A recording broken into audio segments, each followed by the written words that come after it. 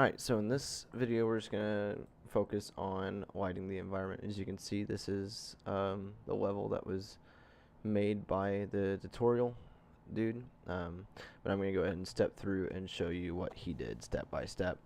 So first off, what he did was he brought in a directional light, which you can find here, and you can bring in just by clicking and dragging it just like that. And then he set the rotation of it to where it was kind of like a morning sort of thing. You can see this, pardon me. Alright, you can see this white arrow right here, and it kind of takes on the property of the color of the light and shows which direction it's pointing. So it's kind of an early morning kind of directional light like that. And then to add some more realism to that, he brought in an atmospheric fog, which, give me just a second.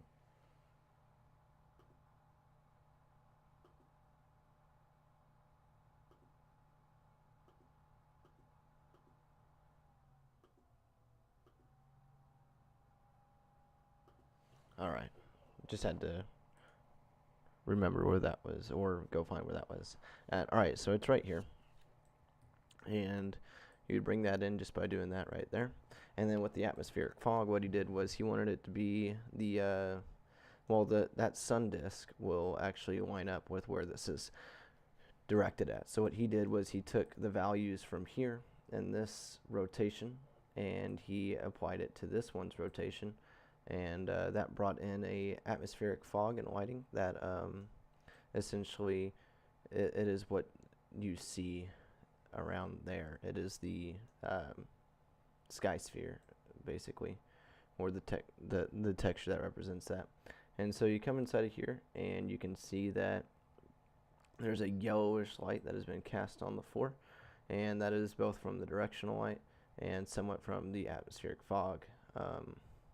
So the last thing that he did was he also, well, not the last thing, but the last thing lighting wise that he did was he brought in a skylight, and that'll also be here. And what that does is that just brings that natural lighting into the scene. So before we had the skylight in there, you just had the direct light from the directional light and from the atmospheric fog, but you couldn't see any of this other stuff. And that's an issue because, well, whenever light comes in a window, it bounces around and it doesn't light up only what it's landing directly on, but it lights up, it bounces around the room and lights up the rest of it. So that skylight is that ambient light, if you will, and he also took on the color that was on the directional light. So you have kind of this natural yellowish orange morning light that is your atmospheric and directional light. So he took those three things, and that's what he made the scene with. And as I zoom out here, you can see this this box, if you will. And what this is it's actually a volume of sorts that it's a light mass importance volume, and basically it just tells the engine that we only want to render the light within this certain area, because otherwise we would render the light for this whole level indefinitely, and that would take a much longer time than just saying this little box right here. So you bring in that volume simply by clicking and dragging, and you can have multiple of them. So I'll go ahead and just kind of show what that looks like. You bring that in, and then you would just go to the top, and you just bring it in about to the center of this thing, and then you would set its size to be enough to cover up everything in your environment that you want to light. Right, so we're going to go ahead and delete that though, because there's already one out there. And then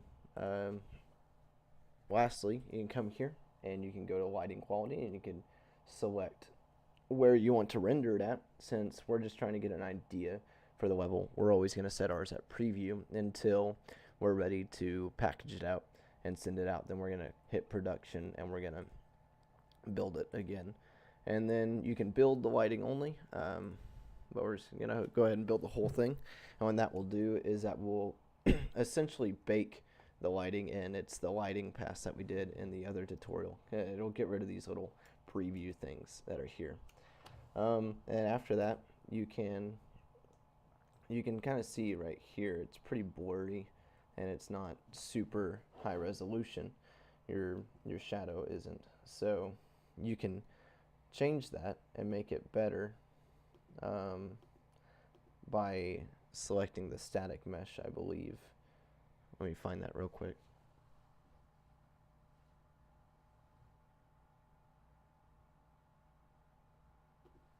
Yeah. So we would click on this 4, then we could click on the static mesh here. And that would open up this, and down here you see the light map resolution, which is 256, and for a big level that might be a little bit high, a little bit expensive, but here it's fine. And you can change the resolution of the light map simply by clicking on the static mesh. It'll pull it up in the editor. Go ahead and tab that up, and you'd scroll down to the general settings, and you see this light map resolution, and you would adjust it there just simply by sliding that back and forth or whatever. All right, so let's go ahead and undo that. Okay, and that is all for this video.